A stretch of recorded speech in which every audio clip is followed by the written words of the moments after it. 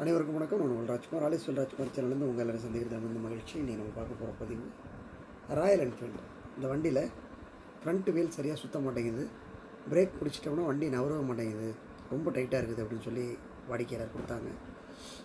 இந்த வண்டியில் break calibre கழட்டி செக் பண்ணுறோம், மேலே எம்சி கிட் கழட்டுறோம்.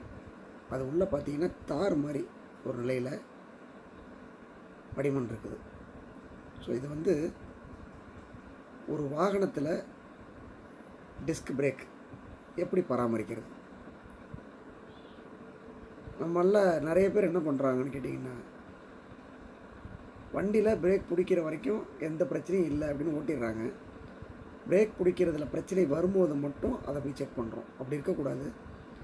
ஒரு வாகனத்தை ஒரு குறிப்பிட்ட கிலோமீட்டருக்கு ஒரு தடவை ஜென்ரல் சர்வீஸ் பண்ணணும்.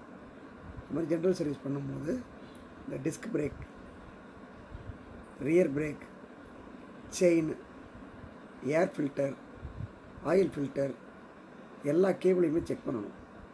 இங்கே பார்த்தீங்கன்னா அந்த கேலிபரில் ப்ராப்ளம் இருக்குதுன்னு சொல்லிட்டு எம்சி கிட்ட கழட்டி பார்க்குறோம். உள்ளே இந்த மாதிரி நிலவரம் இருக்குது. இது மாதிரி இருந்ததுன்னா ஒவ்வொரு தடவையும் ஆயில் உள்ளே போகும்போது சின்ன சின்ன துகள்களாக உள்ளே போய் கேலிபர் பிஸ்டனில் உள்ளே உட்காந்துருச்சு அப்படின்னா, அந்த ஓரிங்கில் போய் இந்த படிமம் படிஞ்சதுன்னா பிஸ்டனை சரியாக ரிலீஸ் ஆகிட்டு உள்ளே தள்ளி வெளியே இழுக்காது. இதான் இதில் உள்ள பிரச்சனை. பார்த்தீங்கன்னா ஆயில் என்ன கலரில் வருது, எப்படி இருக்குங்கிறது உங்களுக்கு நல்லா தெரியும். இது மாதிரி இல்லாமல் ஒரு குறிப்பிட்ட கிலோமீட்டரில் வண்டியை சர்வீஸ் பண்ணணும். அது மாதிரி சர்வீஸ் பண்ணும்போது இந்த டிஸ்க் பிரேக் ஆயிலெலாம் செக் பண்ணணும். பிரேக் என்பது ஒரு வாகனத்தை நமக்கு தேவைப்படும் போது நிறுத்துறதுக்காக தான். நீங்கள் வண்டியை வந்து ஒரு குறிப்பிட்ட இடத்துல போய்ட்டு திடீர்னு பிரேக் பிடிக்கும்போது பிரேக் ஃபெயிலியர் ஆனதுன்னா என்ன நிலவரம் இருக்கும், நமக்கு எவ்வளோ பாதிப்பை ஏற்படுத்தும் அப்படிங்கிறத கவனத்தில் வச்சுக்கணும். இந்த புரிதல் இல்லாமல் நம்ம வண்டியை மெயின்டைன் பண்ணுறோம், வண்டி யூஸ் பண்ணுறோம் அப்படின்னா கண்டிப்பாக நிறைய சிக்கல்களை சந்திக்கிற மாதிரி இருக்கும். இந்த வாகனத்தில் எம்சி கிட்,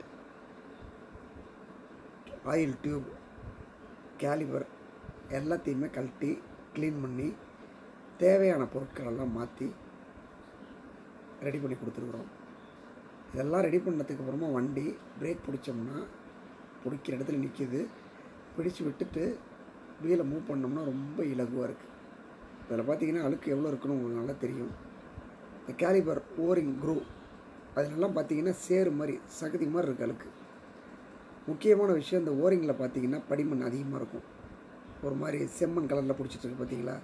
இது மாதிரி பிடிச்சிருக்கும் போது பிஸ்டன் வெளியில் வந்துட்டு உள்ளே போகாது, அப்படியே நின்றுக்கும்.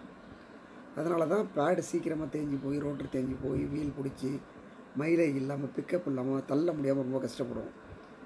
இதுக்கான சூழல் இதுதான். இதில் அந்த பிஸ்டன் ஓரிங் எல்லாம் மாற்றிட்டு கேலிபர் க்ளீன் பண்ணி ரெடி பண்ணியிருக்கிறோம். இப்போ வண்டி ரொம்ப அருமையாக இருக்குது. கஸ்டமருக்கு ரொம்ப சாட்டிஸ்ஃபேக்ஷன். வண்டி ஓட்டி பார்த்துட்டு நல்லா இருக்குன்னு சொல்லியிருக்கிறாங்க. இது மாதிரி நீங்களும் வண்டியை பராமரிங்க. இந்த பதிவு உங்களுக்கு பயனுள்ள பதிவாக இருக்கும் ஒரு நம்பிக்கையோடு மீண்டும் ஒரு நல்ல பதிவில் சந்திக்கிறேன்.